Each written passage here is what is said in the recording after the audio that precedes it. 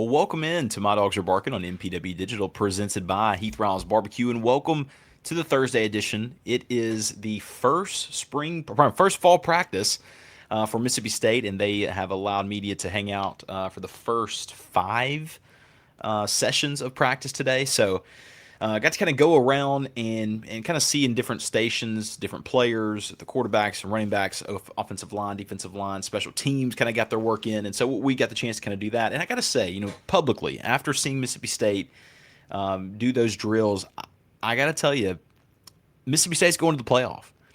I think I'm joking, but it is funny, like with some of the people, like with some of the media over the past couple of days after their team that they cover has like let them into to practice. Some folks, I've been so entertained watching it. It's like, I'm telling you, man, this team looks different, and like the quarterback is just pinpoint accurate.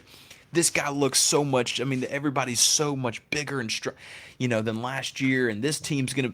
I don't know. It's just kind of funny. And look, I mean, they're practicing against air, but I thought that was very funny. Now, I do think there's some things you can take away from it, that just from the standpoint of before you see a player in a Mississippi State uniform, you're just kind of imagining certain things, and now you actually get to see some of that happening. And I thought several things that happened today were interesting. We actually will have some clips for you today in the video that we'll put up for different sights and sounds around fall practice today. And then we'll just kind of talk about what we saw overall. So we'll get to the clips, and then we're gonna kind of do the post clips, kind of recap from that. And then want to let you know that we are having our so this is the third show of the week. Every show from every week from this point to the end of football season is going to be 3 shows per week. Of course, when actual football week comes through, it'll be Monday, Thursday, post game Saturday. Until then, it's going to be Monday, Wednesday, Thursday. So make sure you stay tuned. Always appreciative for you guys checking us out and sticking around, because there is some really exciting things happening. Of course, the Mississippi State's part of it, but also college football itself is right around the corner. I hope you're very excited. And I hope that also means you're going to be doing some cooking outside, enjoying time with the fam. If you're going to be cooking, make sure that you use our presenting sponsor, Heath Riles Barbecue. His seasonings, marinades, glazes, sauces, rubs, whatever the case may be, go to heathrilesbarbecue.com. Look, you can get his stuff at over 15,000 retailers nationwide. He is the 2025 and 26 Memphis and May Grand Champion, and his stuff is trusted by pitmasters and backyard cooks alike for bold flavor and winning results. Even though you can get his stuff at so many different stores, probably the grocery store right next to your house, I'll save you some money just for being a listener to the show. Go to heathrilesbarbecue.com. The link's in the description below, and use promo code DAWGS10, DAWGS10, to not get 10% off your first order. It's every single order. So several people just restock whenever they have to order monthly or whatever. They just go ahead and use that promo code every single time and save some cash, man. Make sure you go try it. Try the steak and chop rub, steak and chop rub. It's fantastic. It is so good on a steak. That is an absolute must. Also, want to let you know that this show is presented in partly by Small Town Hunting Properties and Real Estate's Dwayne Atkinson. Dwayne is a hardworking outdoorsman with real land knowledge, real hunting experience, and a lifetime of hands-on dirt work. He's not just selling land. He's worked it, cleared it, shaped it, and lived it his whole life. And when Dwayne gives you his word, you can count on it. Integrity comes first. He serves his clients with expertise, honesty, and the kind of value you only get from someone who truly knows Mississippi dirt, from timberland and hunting tracts to rural home sites and recreational properties. If you're looking for land, you want someone who lives it, someone who knows the woods, soil, topography, and the lifestyle. That's Dwayne. Mississippi land, Mississippi roots, Mississippi trusted. Call licensed Mississippi real estate agent Dwayne Atkinson at 601-832-3075, or reach out to Small Town Hunting Properties and Real Estate Office at 769-760-0005 and ask for Dwayne. You can also visit smalltownproperties.com. Mississippi State has got a lot of expectations this fall. You have to hope they don't mess up on them. You know what I mean? They don't mess up and choke on some of those things. They don't get dizzy from the opportunity that's in front of them. And if they do happen to get dizzy, or maybe have some issues where they're choking on things a little bit, maybe a cough is messing with them, they can check out our friends at ENT Physicians in North Mississippi. They're the largest private practice in the state of Mississippi, and their goal is very simple: deliver fast, expert, and comprehensive care for patients of all ages with ENT, allergy, sinus, dizziness, balance, and voice-related needs, with same-day or next-day appointments with ENT urgent care for that annoying cough or sore throat, in-office CT scans, and same-day allergy testing, and access to their comprehensive audiology team, offering a full range of services from hearing aids and custom hearing protection to potential surgical options. ENT physicians in North Mississippi, they are committed to removing barriers to care. They now have new locations in New Albany, in Starkville, in addition to Tupelo, Corinth, and more. Get more details at entnorthmississippi.com or call 662-844-6513. Let's get into the clips, and then we will be back to kind of talk about the recap of some of the things that we saw.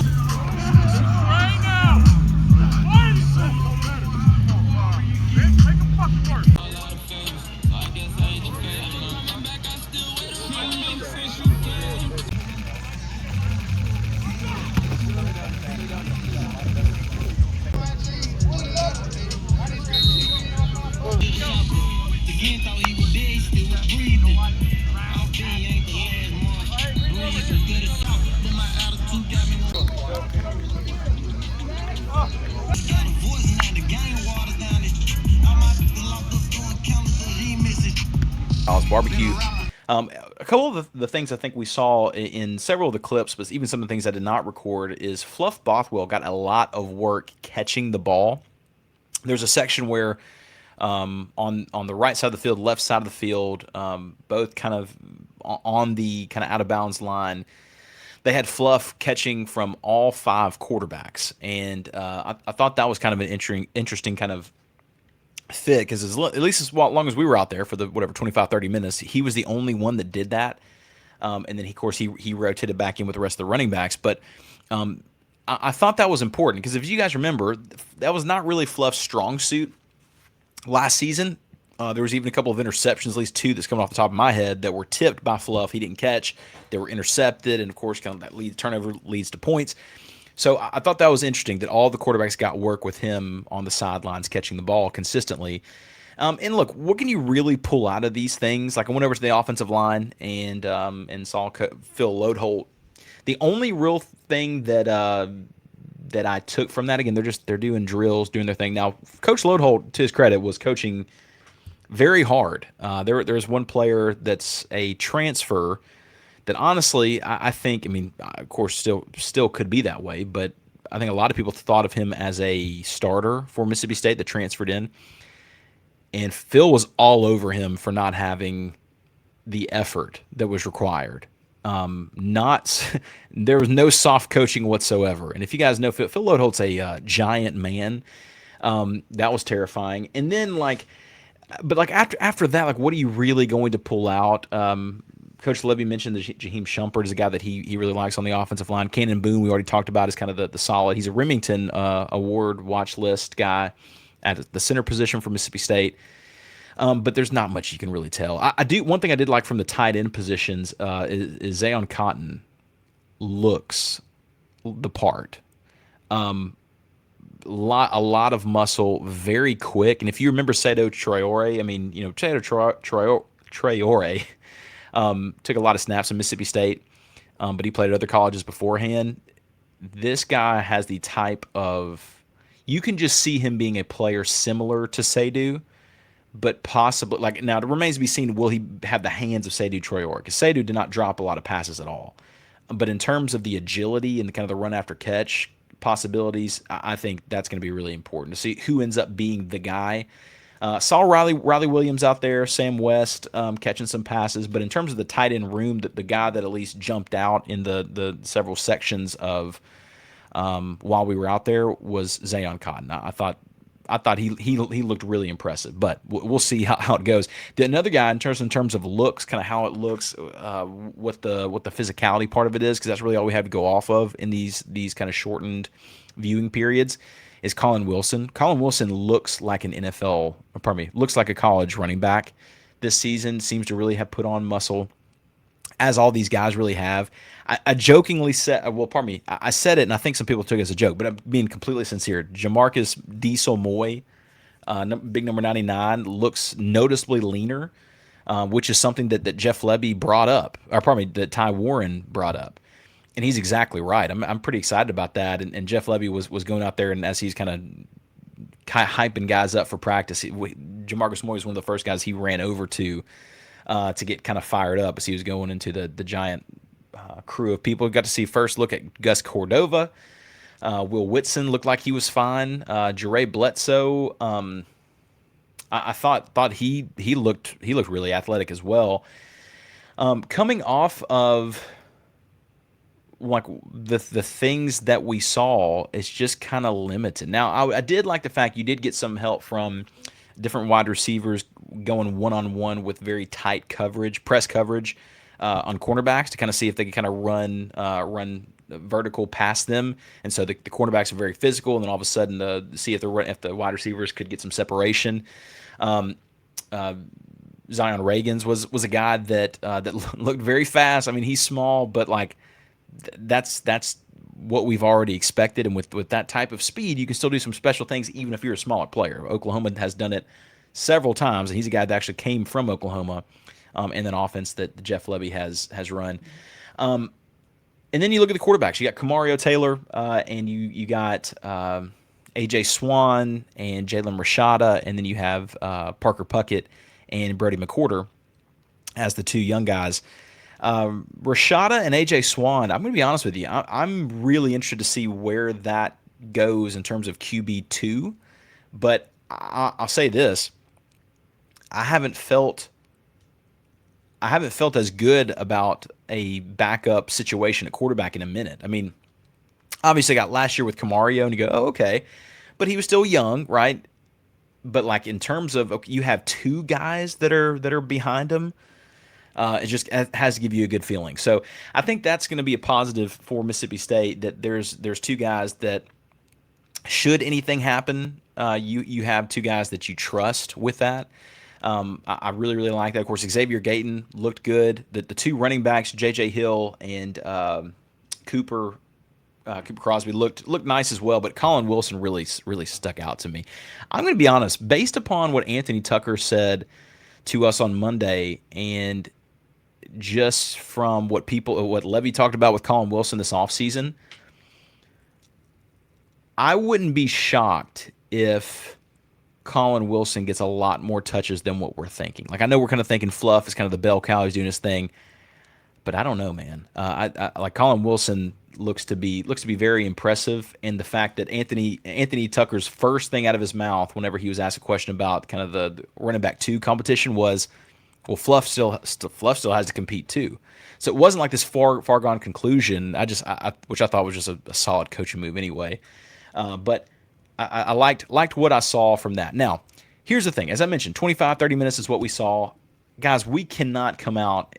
No one, if anyone comes out and is like, listen, man, here's what I can definitely tell you about the defensive end position. I just don't know if we can do that with any sort of accuracy. While we were out there, some of the receivers were getting work, but there was some special, like there was, as I mentioned, the receivers, cornerbacks, but it wasn't even the full slate.